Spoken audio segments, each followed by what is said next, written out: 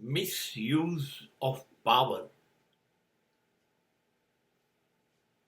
is straightway crime.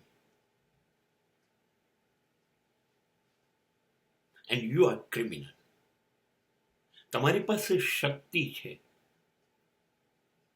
એનો ઉપયોગ કરવાનો છે, દુરુપયોગ નથી કરવાનો. તમારી પાસે કોઈ પણ શક્તિ હોય, સંપત્તિ હોય, સત્તા હોય કે શારીરિક હોય, નાણાકીય હોય, કોઈ પણ શક્તિ હોય, જો એનો કલ્યાણમય ઉપયોગ નહીં થાય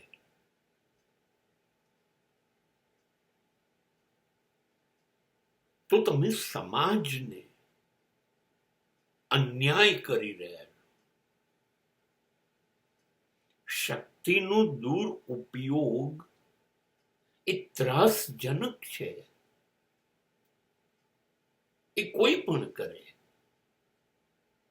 કુટુંબ કરે, વ્યક્તિ કરે, સમાજ કરે, સરકાર કરે,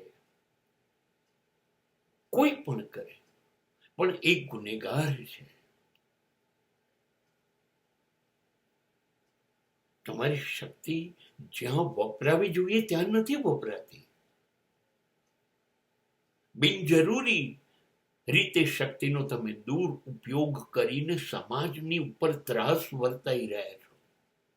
પછી એ તમારી સંપત્તિ હોય, શારીરિક સંપત્તિ હોય કે કાયદાનું રક્ષણ હોય, તમારી પાસે તમારા હાથમાં સત્તા હોય,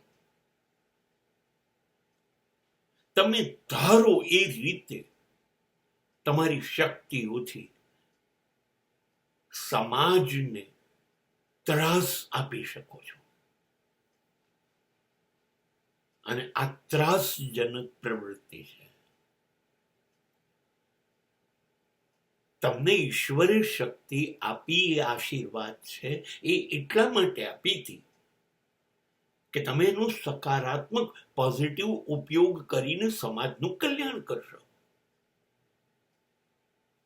તમે સમાજનું કલ્યાણ નથી કરતા,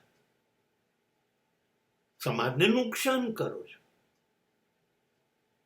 તો ઈશ્વરે તમને જે ભરોસો મૂકીને શક્તિ આપી હતી એ ભરોસો તમે ઈશ્વરનો તોડો છો